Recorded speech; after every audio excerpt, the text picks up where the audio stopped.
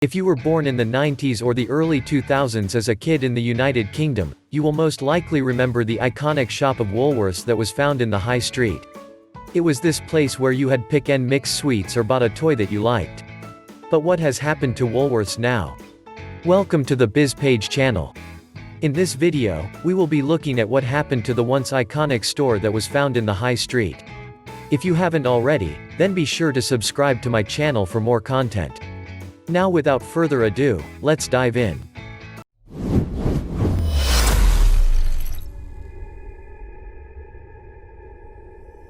Let's start by looking back at the history of Woolworths. Woolworth & Co. Limited was founded by American businessman, Frank Woolworth in Liverpool, England in November of the year 1909. Frank Woolworth had heritage from Woolley, Cambridgeshire and claimed he had traced his ancestry through the founding fathers of the district to a small farm in Middle England. In 1890 Frank visited England and he docked in Liverpool. He that travelled by train to Stoke-on-Trent, for the purchase of china and glassware for Woolworths ranges. He also expressed his love of England in his diary and his aspirations for bringing the Woolworth name to England.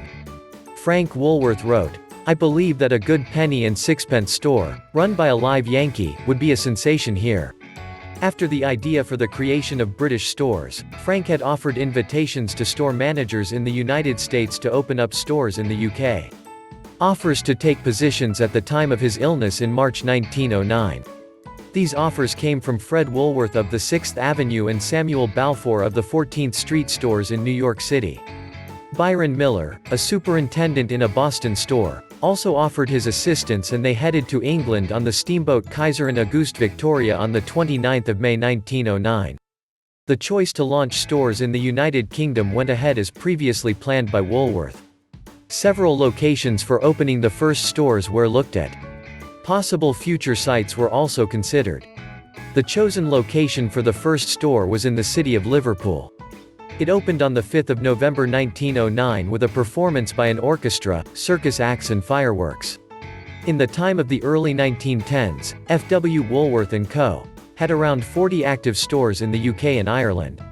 These stores were also located in most major cities, from which a total of 57 staff including store managers had enlisted. In the early 1920s there were already 130 branches of the Woolworths Company. William Lawrence Stevenson also became the managing director. He created a plan of major expansion, with the company buying or building freehold properties. The funding was entirely out of earnings and without any borrowing of money.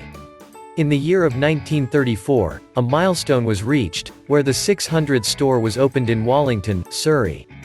As expansion and work continued to the 1950s, Woolworths opened its 800th branch in London. This happened in September of 1953. 5 years later in 1958, the 1000th branch was opened in Hove, just outside the city of Brighton. Going through to the late 1960s, there were more than 1,141 open branches. In the early 1980s, a number of branches were closed and sold, bringing the number of branches back to around 1,000. It was also at this time that ownership of Woolworths shifted to the UK. Are you finding this video informative? If you are, then be sure to leave a like and visit my channel for more informative content. Within the 1980s, the merchandise that was sold had been sorted into defined categories. These categories were entertainment, home, kids' toys and clothing, and confectionery. A number of Woolworths branches were also economized and downscaled during this time. Older branches in major cities were sometimes almost as large as the major department stores seen nearby.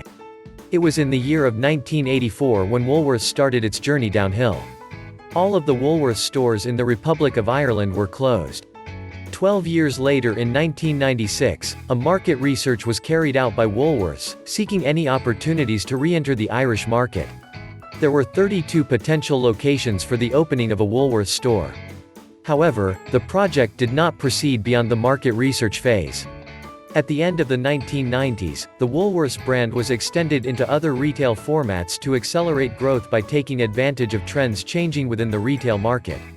Some larger format stores were opened under the name and brand of Big W. This was a similar concept to Walmart in the US.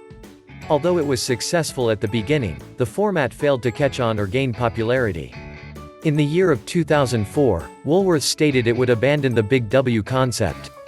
2 years later in 2006, the business had come up with a new idea to gain popularity and to compete with other retail stores. Woolworths launched a new in-store collection service. This was for items ordered on their website or in store. This was designed to link the established in-store ordering system. In the later period of 2006, the Big Red Book catalog was launched. This was a catalog which held all of the products that Woolworths sold. This was also designed to compete directly with the Argos catalog. In 2008, the company board turned down a bid from Iceland founder Malcolm Walker to buy the remaining 819 Woolworths stores for £50 million. The bid Walker made did not include Entertainment UK. Walker also avoided taking on Woolworths' debt and pension liabilities. During the year of 2008, the stock price for Woolworths was also descending. The end of 2008 saw the Woolworths company enter administration and closure. On the 5th of December, Woolworths recorded their greatest single day with takings of up to £27 million. There were also 450 head office jobs and support staff jobs that were dismissed. On the 11th of December, a closing down sale had begun and a lot of people were keen to buy Christmas products for a special offer and see the last of the Woolworths brand.